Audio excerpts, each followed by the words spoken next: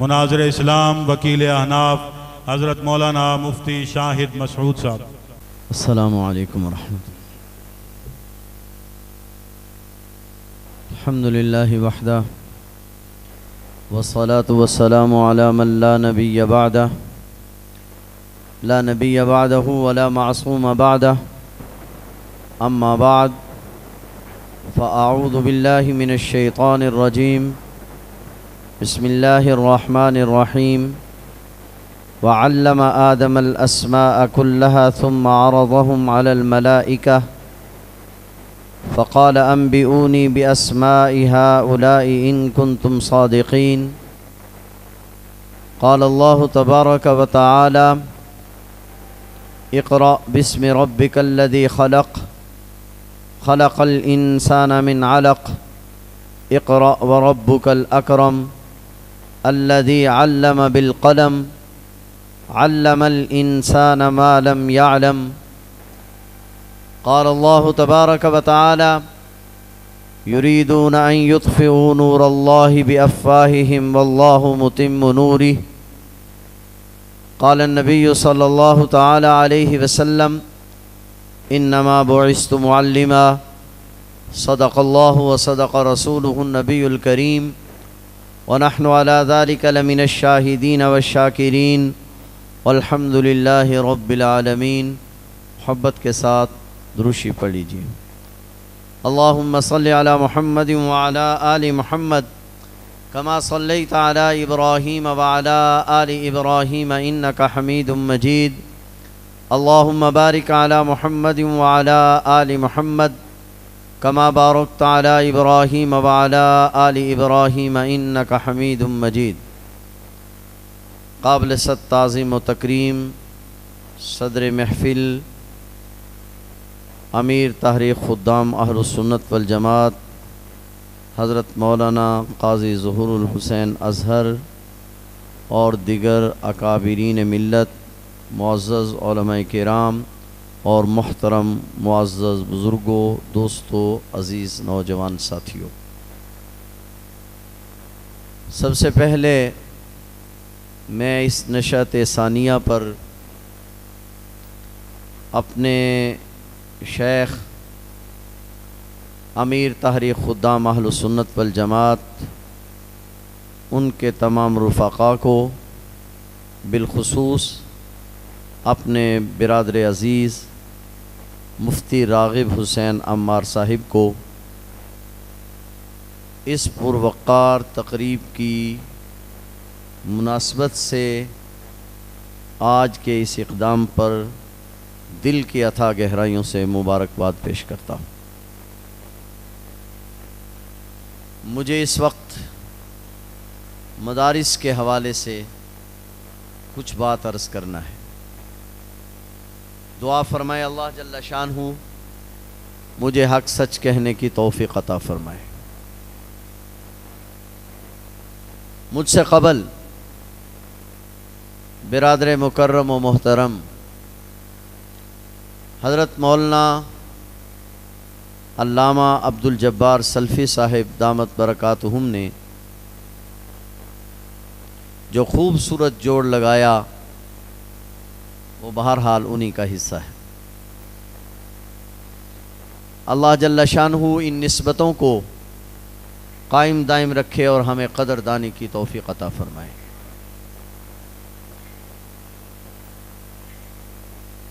مدارس کی تاریخ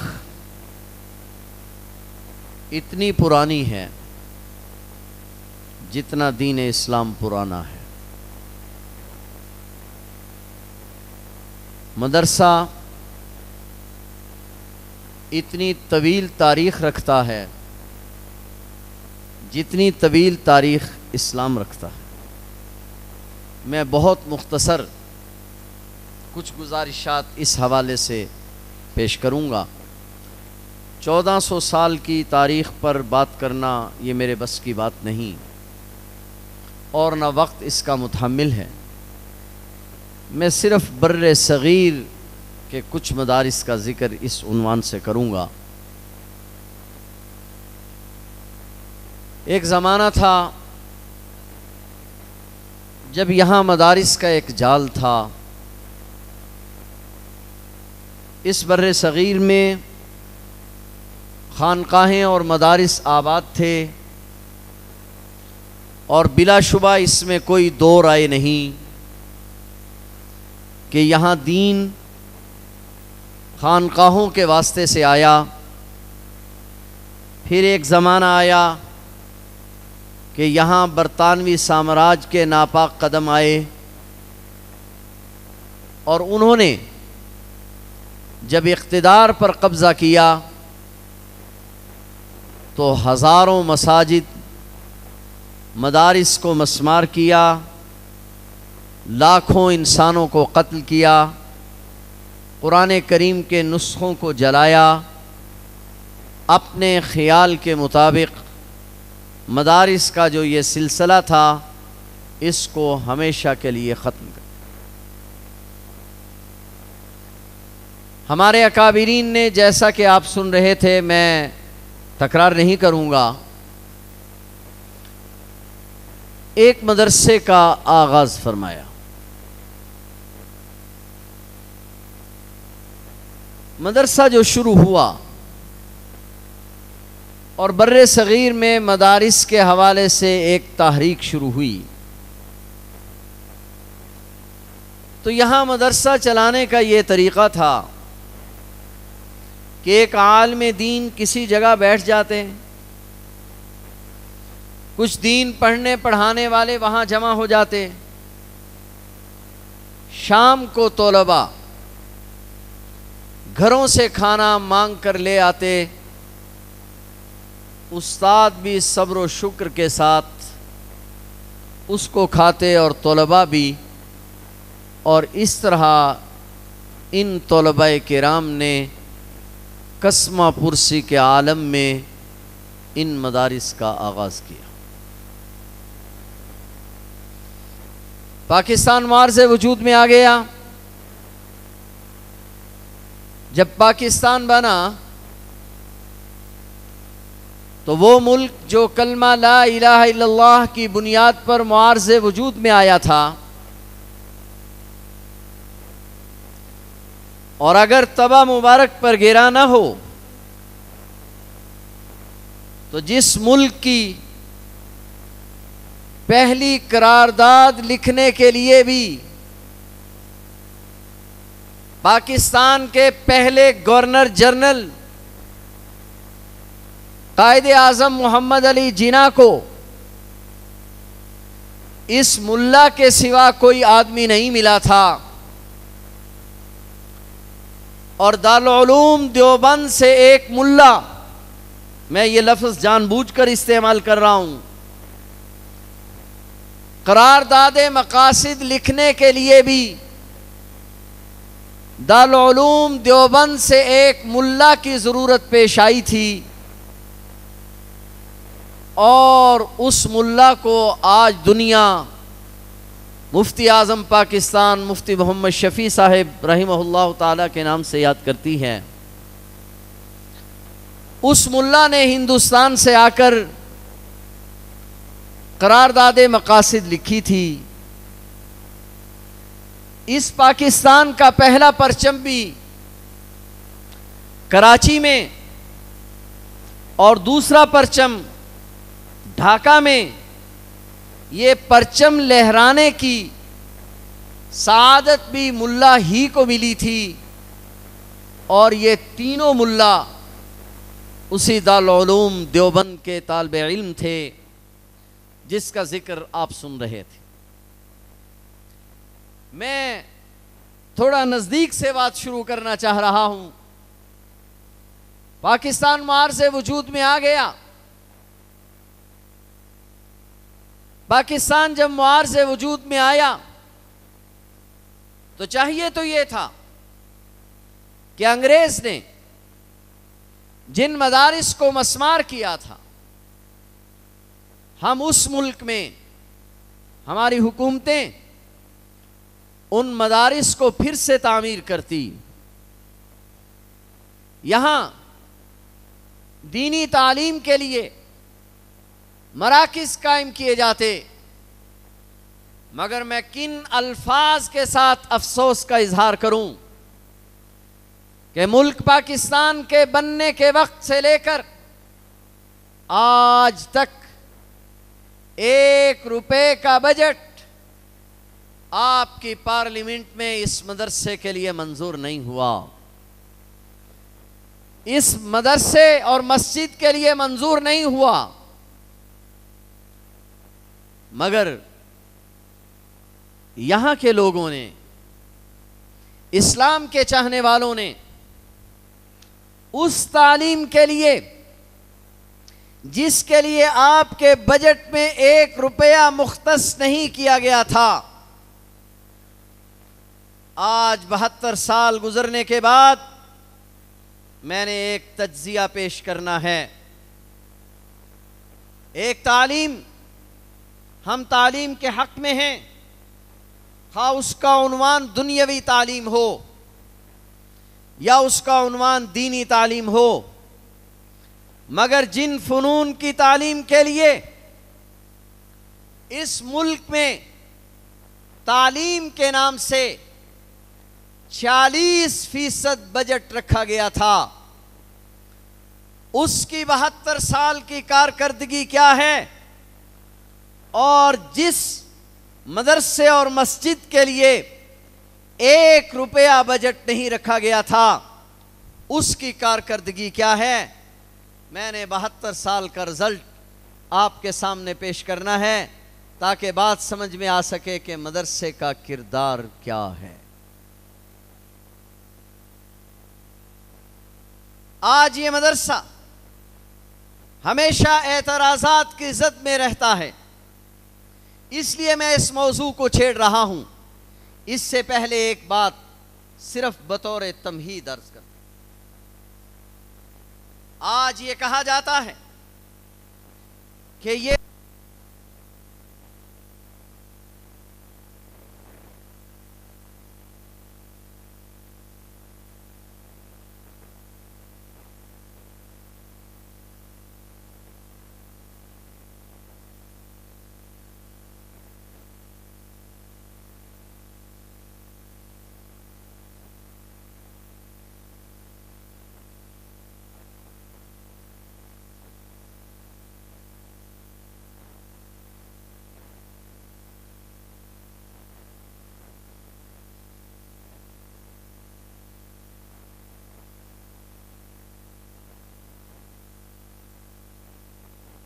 ایسا کہا جاتا ہے، اس کا کردار کیا ہے؟ سوسائٹی افراد کے اس اجتماع کا نام ہے. سوسائٹی میرے اور آپ کے اکٹھ کا نام ہے، جمع ہو جانے کا نام ہے. میرے اور آپ کے نظام زندگی کا نام ہے کہ سوسائٹی میں ادارے کا کردار کیا ہے. ایک ادارہ آپ نے بنایا، ایک ادارہ ملا نے بنایا. آپ نے اپنے ادارے کے لیے 40% بجٹ مختص کیا. ملا نے جو ادارہ بنایا تھا اس کے لیے 1 روپے کا بجٹ مختص نہیں کیا گیا.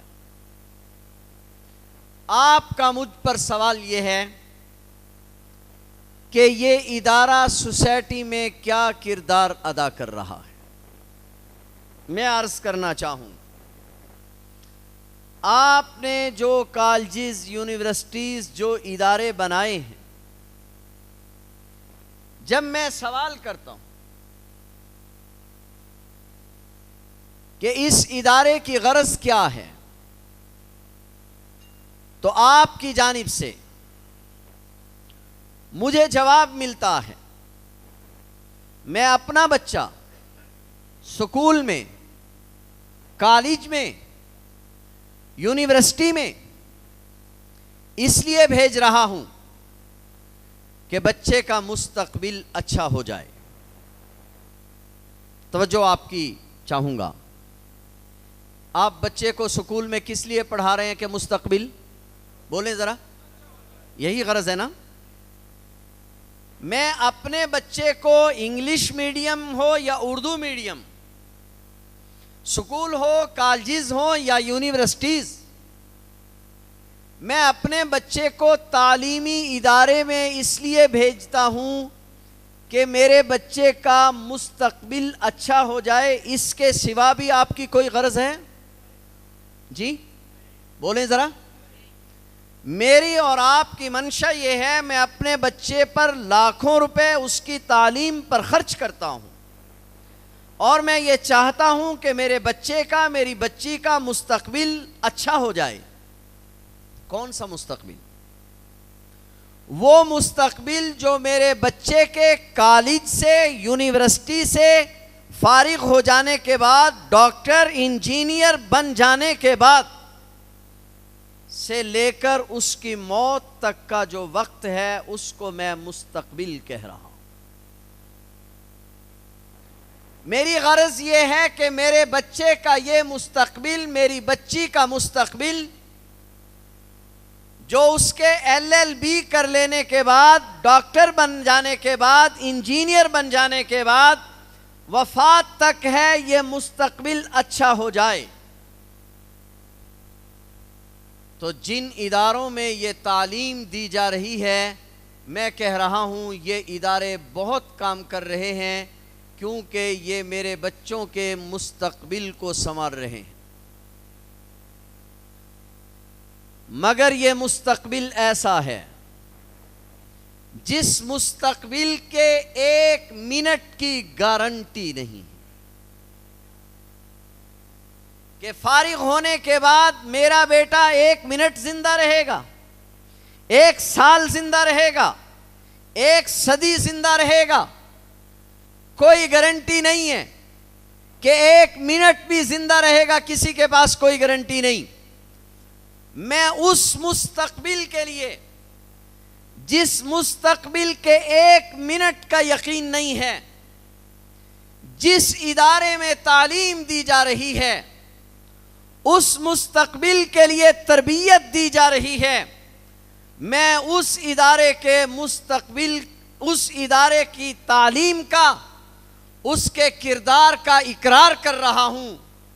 مگر ایک ادارہ ہے جو ایک ملا نے بنایا ہے، جو ملا میرے بچے کو دنیاوی تعلیم بھی دیتا ہے اور اس کے ساتھ میرے بچے کو قرآن پڑھا رہا ہے، جو قرآن کریم میرے بچے کے فارغ ہونے کے بعد والے مستقبل کا صرف ضامن نہیں ہے، بلکہ اس جہان پر جس پر زندگی کا اختتام نہیں ہے، اس کے بعد ایک اور جہان بھی آنے والا ہے۔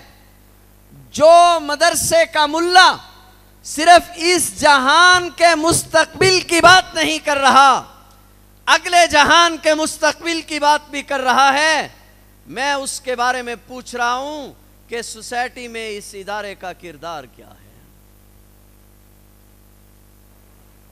آپ کے ادارے میں جو تعلیم دی جا رہی ہے، میں اس کردار کو تسلیم کر رہا ہوں، مگر وہ صرف دنیا کے مستقبل کی بات کر رہا ہے۔ میرا ادارہ آخرت کے مستقبل کی بات بھی ساتھ کر رہا ہے، مگر آپ میرے کردار کے بارے میں سوال کر رہے ہیں کہ میں جو اگلے مستقبل کی بات بھی کر رہا ہوں، اس کا کردار کیا ہے؟ میری بات کچھ سمجھ رہے ہیں آپ؟ جس ادارے سے میں اور آپ متعلق ہیں،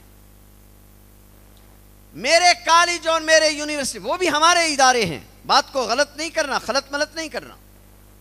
یہ کالجز، یہ یونیورسٹیز، یہ ہمارے ادارے ہیں۔ جن اداروں میں پڑھ کے میرے بچے ڈاکٹر بنتے ہیں، انجینئر بنتے ہیں، ماہرین معیشت بنتے ہیں، مگر جب میرا بچہ ڈاکٹر بنتا ہے تو اس کی بنا پر مجھے کوئی اعزاز نہیں ملتا کہ میں ڈاکٹر کا والد ہوں، میں انجینئر کا والد ہوں، حتیٰ کہ میں وزیر اعظم کا والد ہوں، اس پر مجھے کوئی ڈگری نہیں ملتی۔ مگر ملا جو قرآن کریم پڑھا رہا ہے، جب بچہ پڑھ کر فارغ ہوتا ہے تو نہ صرف یہ کہ دنیا میں آخرت میں میرے بچے کو یہ کہا جائے گا کہ تو قرآن کریم پڑھتا جا اور جنت کے درجوں پہ چڑھتا جا، بلکہ باپ اور ماں کے سر پر بھی ایک تاج سجایا جائے گا جس کی روشنی سورج کی روشنی سے بھی زیادہ ہوگی۔ اس کے باوجود آپ مجھے پوچھ رہے ہیں کہ سوسائٹی میں اس ملا کا کردار کیا ہے؟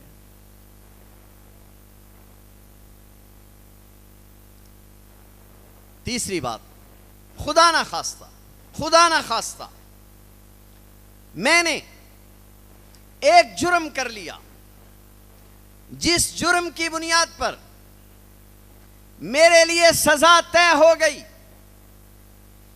اب میرا بیٹا وزیر اعظم بن گیا، میرا بیٹا صدر بن گیا، میرا بیٹا آرمی چیف بن گیا، میرا بیٹا دنیا کے کسی منصب پر آ گیا، تو اس منصب پر آنے کی وجہ سے کیا میری سزا معاف ہو جائے گی؟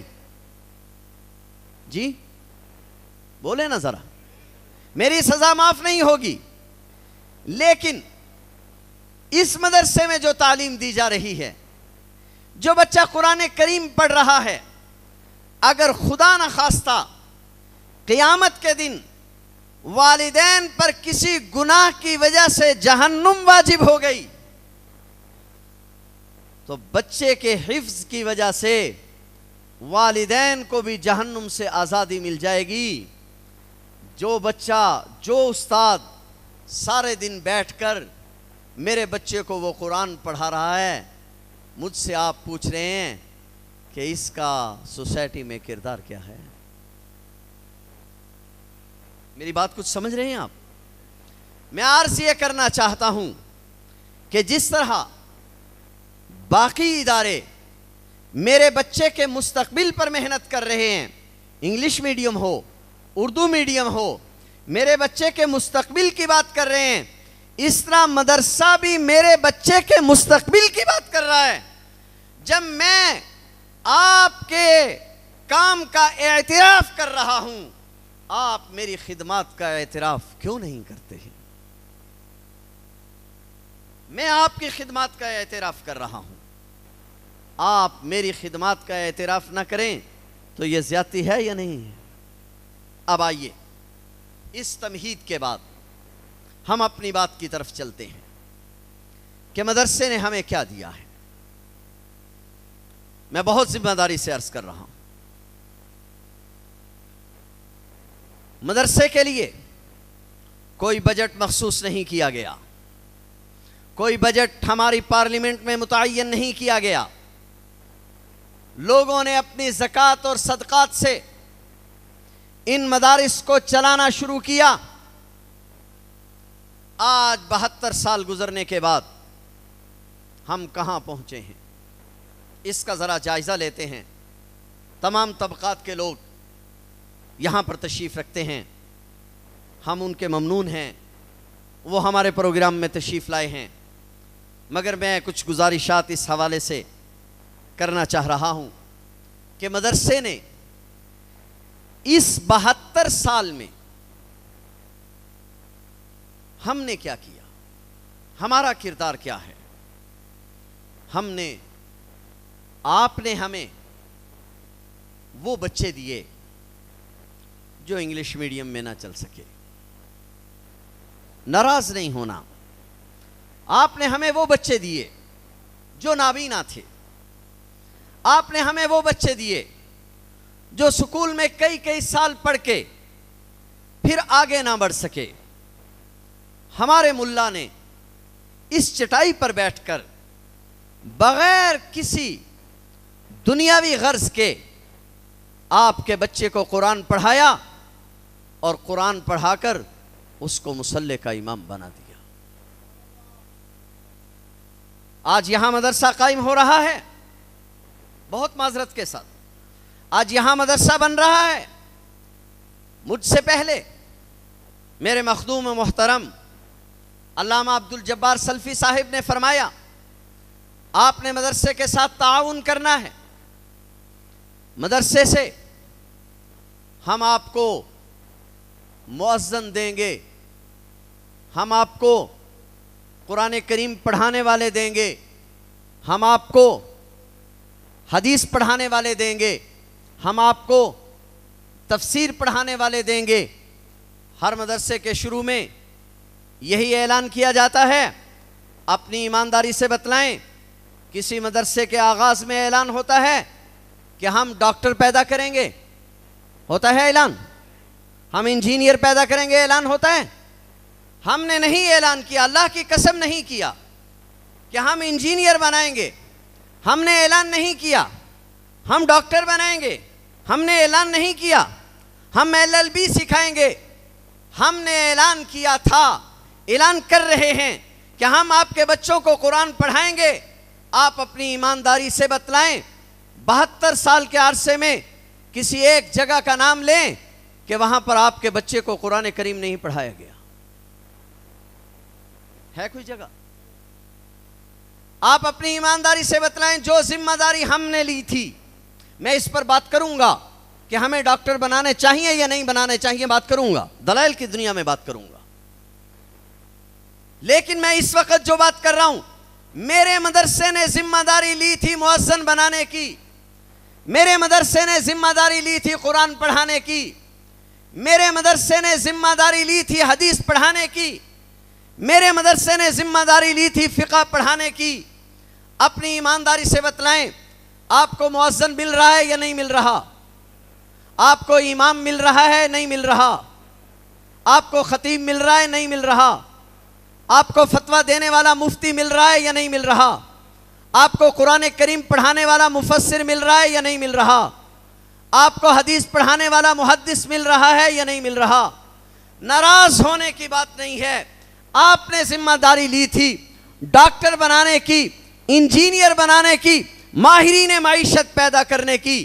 یہ سوال آپ اپنے کالج میں جا کر کیجئے، اپنی یونیورسٹی میں جا کر کیجئے، جن پر 46% بجٹ لگایا تھا، مجھ پر تو آپ نے 1 روپیہ بجٹ خرچ نہیں کیا تھا، پھر یہ سوال مجھ سے کیوں کیا جا رہا ہے؟ میں نے تو 1 روپیہ لوگوں سے چندہ مانگ کر، 1 روپیہ لوگوں سے اکٹھا کر کے میں نے آپ کے بچوں کو قرآن پڑھایا ہے یا نہیں پڑھایا؟ بولیے بھائی۔ اور میں بڑی ذمہ داری سے، ایک ذمہ دار جماعت کا فرد ہونے کی حیثیت سے بہت ذمہ داری سے عرض کر رہا ہوں، جناب جائزہ لیجئے میری کاوش کا، میری محنت کا، اپنی محنت کا۔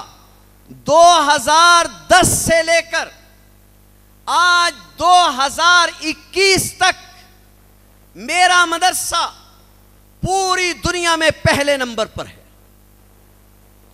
میری قرآن کریم کی درسگاہ 2 سال قبل مملکت عربیہ سعودیہ نے ایک بہت بڑا اعزاز دیا، وفاق المدارس العربیہ پاکستان کے ناظم اعلیٰ قاری محمد حنیف جلندری صاحب کو، کہ سعودی عرب میں 1 سال میں 5000 بچے قرآن کریم حفظ کرتے ہیں، اور آپ کے مدرسے میں، آپ کے پاکستان میں کورونا کے باوجود، داخلے نہ ہو سکنے کے باوجود، اس سال بھی آپ کے مدرسے نے 78000 بچوں کو قرآن کریم حفظ پڑھایا ہے، اور یہ پوری دنیا میں سب سے بڑا اعزاز۔ آج بھی میرا بچہ LLB کرنے کے لیے، اچھا ڈاکٹر بننے کے لیے، اچھا انجینئر بننے کے لیے میرے بچے کو باہر کے ملک کا سفر کرنا پڑتا ہے، مگر آج بھی پوری دنیا سے اچھا عالم بننے کے لیے، اچھا مفتی بننے کے لیے پوری دنیا کے لوگ پاکستان کا سفر کر رہے ہیں۔ یہ میرے مدرسے کو کریڈٹ نہیں جا رہا؟ نہیں جا رہا؟ کیا یہ ملا کی کاوش اور محنت کا نتیجہ نہیں ہے؟ کیا آج پوری دنیا کے لوگ اس کی طرف آ رہے ہیں؟ اور صرف 2 سال پہلے دنیا میں 600 بڑی یونیورسٹیاں ہیں، ان میں ہمارے ملک کی ایک بڑی یونیورسٹی قائد اعظم یونیورسٹی اسلام آباد بھی ہے، 2 سال پہلے تک کا ریکارڈ میرے پاس موجود ہے۔ قائد اعظم یونیورسٹی دنیا میں 250 نمبر پر ہے، اور میرا مدرسہ دنیا میں پہلے نمبر پر ہے۔ اس کے باوجود مجھ سے پوچھا جا رہا ہے کہ میرا سوسائٹی میں کردار کیا ہے؟ بس جزاک اللہ۔ میں ایک رونا ہے، ایک درد ہے جو آپ کے سامنے رکھنا چاہ رہا ہوں۔ میرا مقصود کوئی شعلہ نوائی نہیں، میں ایک رونا رو رہا ہوں آپ کے سامنے، پبلک کے سامنے، کہ آج میں تو ہمیشہ اعتراضات کی زد میں رہتا ہوں کہ مجھے یہ کرنا چاہیے تھا، میں نے یہ نہیں کیا، میں نے یہ نہیں کیا۔ میں بتلانا یہ چاہ رہا ہوں، مجھے 1 روپیہ سرمایہ نہیں دیا گیا تھا، مجھے 1 انچ جگہ بطور خاص نہیں دی گئی تھی، میں نے لوگوں سے 1 روپیہ چندہ مانگ کے آج میرا مدرسہ دنیا میں پہلے نمبر پر ہے۔ آج مجھے کہا جاتا ہے مولانا صاحب ہم آپ کے تعلیمی نصاب میں تھوڑی تبدیلی کرنا چاہتے ہیں، مجھے اس پر اشکال نہیں، ہم اس پر بہت پہلے سے اپنی رائے پیش کر چکے ہیں، لیکن کچھ باتیں کرنے کا مجھے حق دیجئے۔ میرا ایک ادارہ ہے جو وفاق المدارس العربیہ پاکستان کے نام سے دنیا میں جانا جاتا ہے، میں بھی اس ادارے کا ایک فرد ہوں۔ میرے ملک میں شعبان المعظم میں 20,000 سینٹروں میں امتحان ہوتا ہے۔ کتنے؟ بولیے ذرا۔ 20,000 سینٹروں میں امتحان ہوتا ہے۔ 2 لاکھ سے زائد طلباء نے اس سال بھی امتحان دیا ہے۔ 20,000 سینٹروں میں، مجھے معاف کرنا، 20,000 سینٹروں میں 2 لاکھ سے زائد طلباء نے امتحان دیا۔ 1 ہفتہ یہ امتحان جاری رہا۔ 20,000 سینٹروں کا جائزہ لیجئے، کسی سینٹر کے باہر آپ کو 1 پولیس کا سپاہی تعینات نظر نہیں آئے گا۔ پھر مجھے تربیت کی ضرورت ہے یا آپ کو تربیت کی ضرورت ہے کہ آپ کا امتحان ہوتے ہی آپ کے سینٹر کے باہر کرفیو نافذ ہوتا ہے، آپ کے یونیورسٹی کے طلباء اپنے استاد سے پیپر تک چھین لیتے ہیں، آپ کی یونیورسٹی کے طلباء ریوالور تک لے کر امتحان دیتے ہیں۔ کتنی مثالیں پیش کروں؟ میرا وفاق جب سے بنا ہے آج تک کسی استاد کو مار کر اس سے پیپر نہیں چھینا گیا، آج تک کسی سینٹر کے باہر پولیس متعین نہیں کرنی پڑی کہ یہاں بدامنی کی ضرورت ہے۔ اس کے باوجود آپ کہتے ہیں کہ میری تربیت کی ضرورت ہے اور آپ کی تربیت کی ضرورت نہیں ہے۔ میرے نصاب تعلیم، میرا تعلق اہل سنت والجماعت فقہ حنفی کے ساتھ ہے۔ میری تعلیم کا آخری سال دورہ حدیث شریف کا سال کہلاتا ہے۔ میرے مدرسے میں جو کتابیں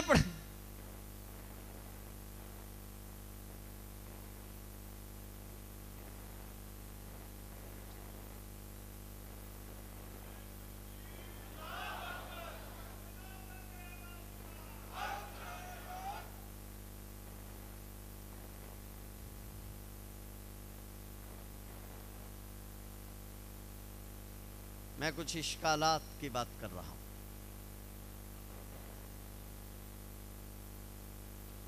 میرے مدرسے میں حضرت شیخ تشریف لے آئے ہیں، میں اپنی بات مکمل کر رہا ہوں۔ میرے مدرسے میں کبھی مجھے کہا جاتا ہے ہم آپ کے نصاب میں، تعلیمی نصاب میں تبدیلی چاہتے ہیں۔ مجھے کہا جاتا ہے آپ کا نصاب فرقہ واریت پر مبنی ہے۔ بہت کھل کر بات کرنا چاہتا ہوں، ٹیبل ٹاک کا آدمی ہوں، ٹیبل ٹاک کرنا جانتے ہیں، بات کہنے کا حوصلہ بھی رکھتے ہیں اور سننے کا حوصلہ بھی رکھتے ہیں۔ مجھے کہا جاتا ہے آپ کے نصاب میں فرقہ واریت ہے، آپ فرقہ واریت پڑھاتے ہیں، ہم نصاب میں تبدیلی چاہتے ہیں، آپ میں دوسرے کو برداشت کرنے کا حوصلہ نہیں ہے۔ آئیے میری تعلیم کی جہاں تکمیل ہو رہی ہے، دورہ حدیث شریف کا سال ہے، بخاری شریف حنفیوں کی لکھی ہوئی کتاب نہیں ہے، مسلم شریف حنفیوں کی لکھی ہوئی کتاب نہیں ہے، ابو داؤد شریف، ترمذی شریف، نسائی شریف سوائے طحاوی شریف کے باقی سب کتابیں شوافع یا حنابلہ کی لکھی ہوئی کتابیں ہیں۔ اگر میں وسعت نظر نہ رکھتا تو میرے مدرسے میں شافعیوں کی کتابیں کیوں پڑھائی جاتی، میرے مدرسے میں مالکیوں کی کتابیں کیوں پڑھائی جاتی، میرے مدرسے میں حنبلیوں کی کتابیں کیوں پڑھائی جاتی اگر میرے اندر وسعت نظر نہ ہوتی۔ اور اگر آپ مجھے معاف کریں،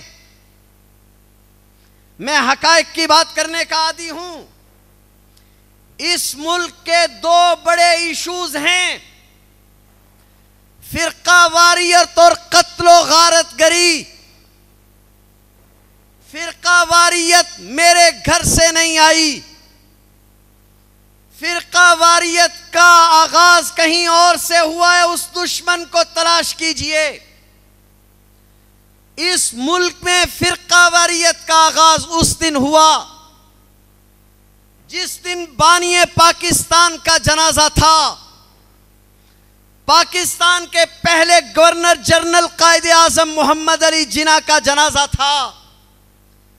علامہ شبیر احمد عثمانی جنازہ پڑھانے کے لیے آگے بڑھے، دیوبندی، بریلوی، اہل حدیث سب جنازے میں شریک تھے۔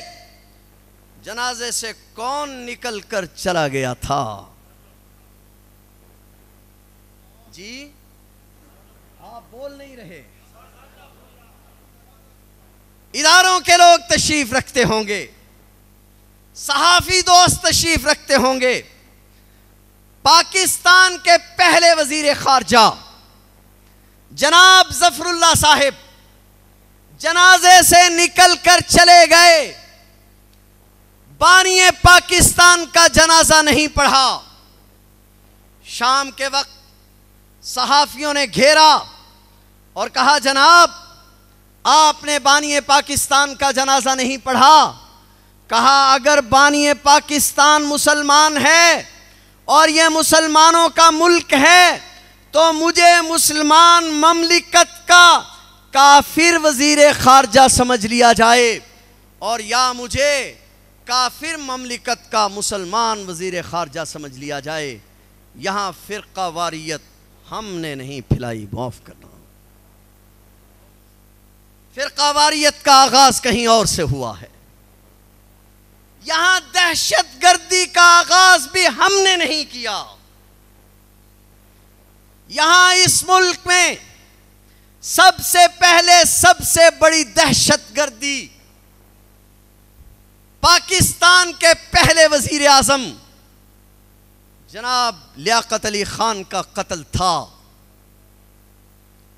لیاقت علی خان کا قتل کسی ملا نے نہیں کیا تھا۔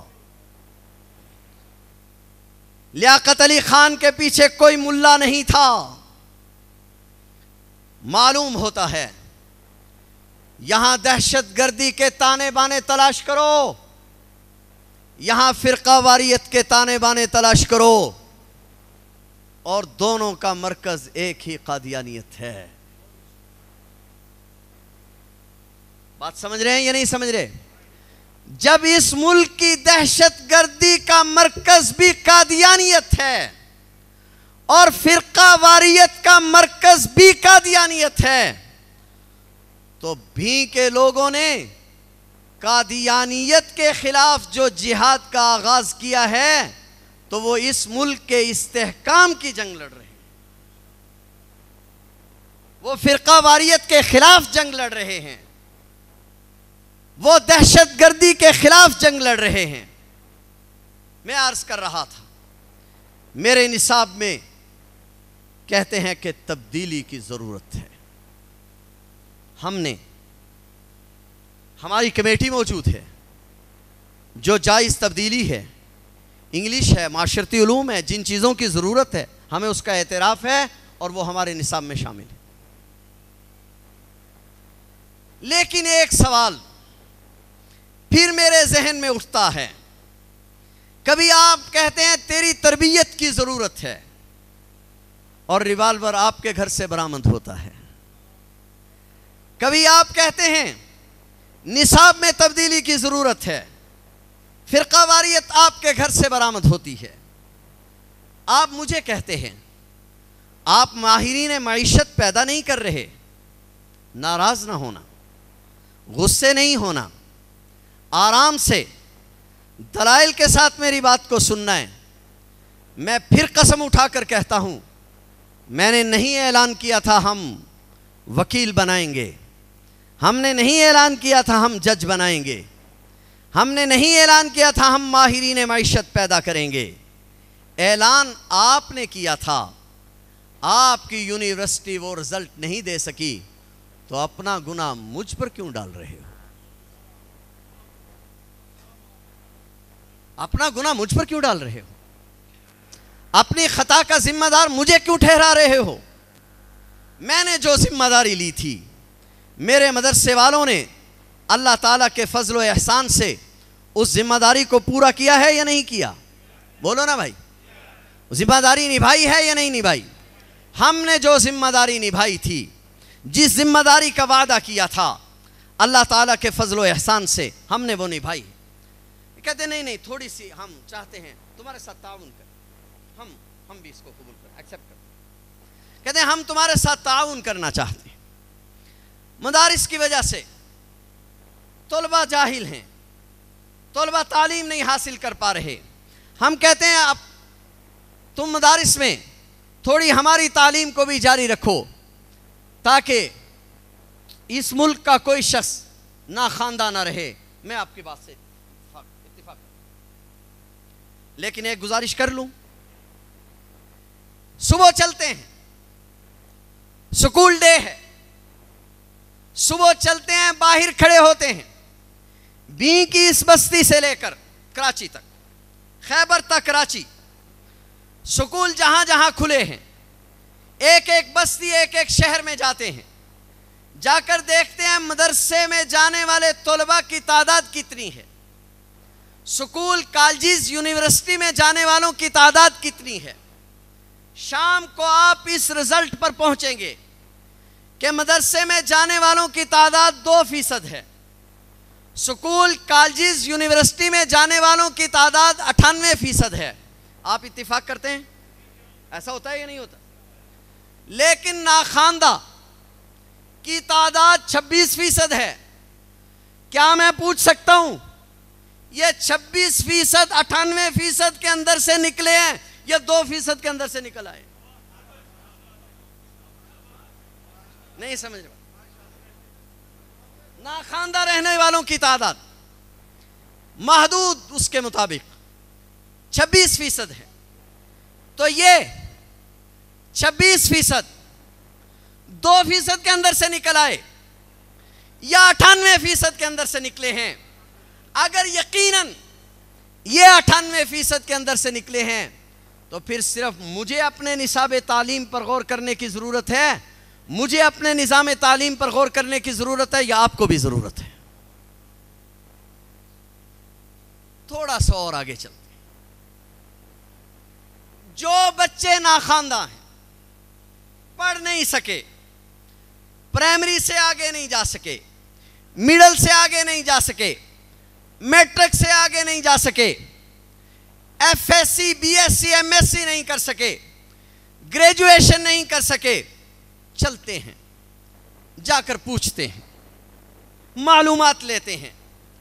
اگر میرے مدرسے کی کتابیں مہنگی ہونے کی وجہ سے آپ کا بچہ قرآن کریم نہیں پڑھ سکا، کتابیں نہیں پڑھ سکا، تو ذمہ دار میں، اور اگر آپ کی کتابیں مہنگی ہونے کی وجہ سے بچہ یونیورسٹی نہیں جا سکا تو کیا ذمہ دار پھر بھی میں؟ ناراض نہیں ہونا، چلتے ہیں، جائزہ لیتے ہیں، میٹرک کے بعد تعلیم کے اخراجات غریب آدمی آج افورڈ نہیں کر سکتا، سب کو اس کا اعتراف۔ غریب آدمی تعلیم کے اخراجات برداشت نہیں کر سکا۔ اگر وہ بچہ جو ایف ایس سی نہیں کر سکا، B S C M S C نہیں کر سکا، ماسٹر نہیں کر سکا، اور وہ یہ وجہ بتلائے کہ مدرسے میں تعلیم مہنگی تھی تو ذمہ دار میں، اور اگر وہ یہ کہے میں کالج کے اخراجات نہیں اٹھا سکا، میرا باپ مزدور تھا، میرا باپ وہ تعلیمی اخراجات برداشت نہیں کر سکتا تھا، تو ابھی مجھے غور کرنے کی ضرورت ہے یا آپ کو غور کرنے کی ضرورت ہے؟ فیصلہ آپ پر ہے، مجھ پر نہیں۔ میں نے تو ایک رونا ہے جو آپ کے سامنے رو رہا ہوں۔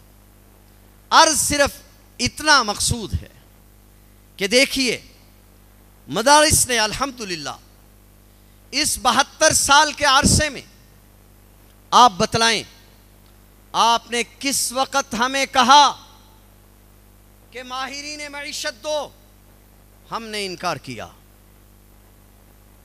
آپ کے ملک کے آئین کا مقدمہ ہم نے لکھا، قرارداد مقاصد ہم نے لکھی، 1973 کا آئین ہمارے ملنے سے مکمل ہوا۔ پھر آپ میرے کردار کو کس طرح باہر کر رہے ہیں؟ غلط کہہ رہا ہوں؟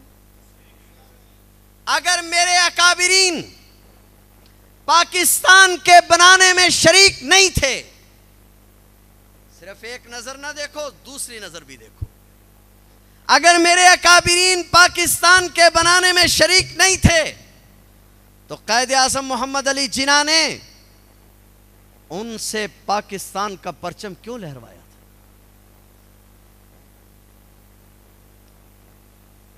میں بڑی ذمہ داری سے کہہ رہا ہوں، آج دنیا میں کہا جاتا ہے بینکاری سود کے بغیر ہو تو ملک نہیں چل سکتا۔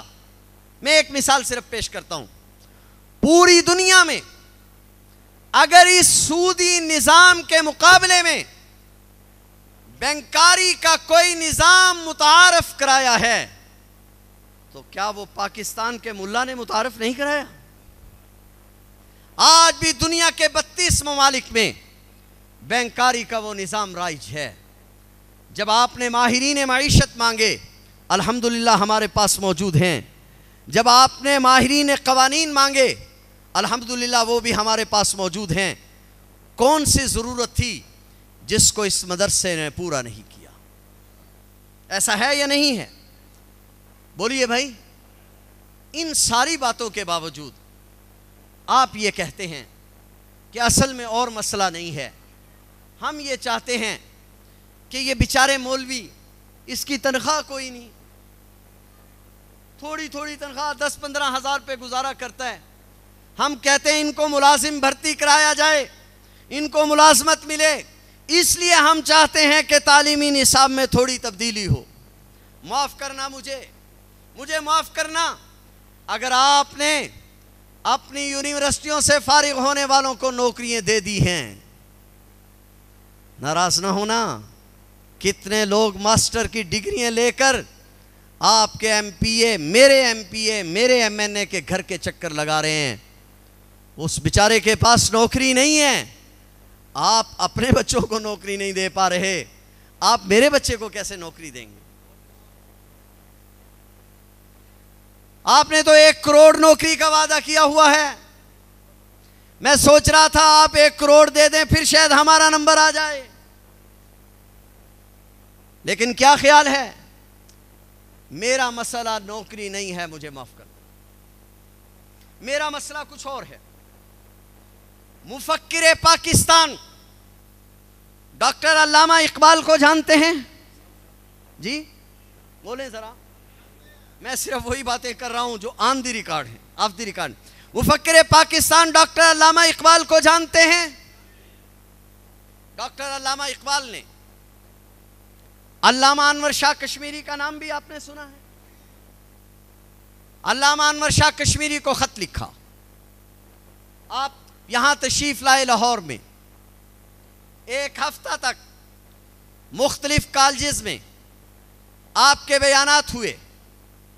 جب آپ واپس جانے لگے تو ڈاکٹر علامہ اقبال، کیونکہ آپ کے بہت معتقد تھے، ڈاکٹر علامہ اقبال نے خود تو بات کرنے کی جرت نہ کی، البتہ بڑے لوگوں کا جو طریقہ ہوتا ہے کہ لکھ کر کچھ پیش کیا اور کہا کہ حضرت ہم یہ چاہتے ہیں کہ آپ ڈھابیل چھوڑ کر آپ لاہور تشریف لے آئیں، لاہور شاہی مسجد میں آپ کو خطابت دیں گے، 1000 روپیہ ماہانہ آپ کا وظیفہ ہوگا، فلاں فلاں کالجوں میں بھی آپ پڑھانے کے لیے تشریف لے جائیں گے، وہاں سے اتنا آپ کو وظیفہ ملے گا، فلاں جگہ آپ کو ایک کوٹھی بھی دی جائے گی، آپ مہربانی کر کے تشریف لائیں، یہاں کے مسلمانوں کو بہت فائدہ ہوگا۔ علامہ کشمیری نے اس تحریر کو پڑھا اور پڑھ کر فرمائے، اقبال تم نے ہم سے بڑی محبت کی، مگر اس بات کی وجہ سے میں پریشان ہو گیا کہ تم نے مجھے کہا کہ تمہیں 1000 روپیہ تنخواہ ملے گی اور 4 سبجیکٹ پڑھانے ہوں گے، 4 سبق پڑھانے ہوں گے اور 1000 روپیہ وظیفہ ملے گا، جبکہ میں جس مدرسے میں پڑھاتا ہوں اس مدرسے میں 14 سبق پڑھایا کرتا ہوں اور وہاں میرا وظیفہ 26 روپے ہے۔ اقبال 1000 روپے میں تمہیں نماز پڑھانے والا امام آسانی سے مل جائے گا، مگر میرے مدرسے والوں کو 26 روپے میں 14 سبق پڑھانے والا انور شاہ نہیں ملے گا۔ یہاں معیار کچھ اور ہے، یہاں نقطہ نظر کچھ اور ہے، معاف کرنا۔ ہمارے مدارس میں، بس آخری بات کہہ کے بات ختم کرتا ہوں، ہمارے حضرت مفتی عبدالشکور صاحب ترمذی نور اللہ مرقدہ ایک عجیب بات فرمایا کرتے تھے، فرماتے تھے لوگوں یہ اللہ کے دین کی برکت ہے۔ میں نے بات یہاں سے شروع کی تھی، روٹی ہمارا مسئلہ نہیں، تنخواہ ہمارا مسئلہ نہیں ہے، فرماتے تھے دین کی برکت ہے، اور آپ بھی میری اس بات کا اعتراف کریں گے۔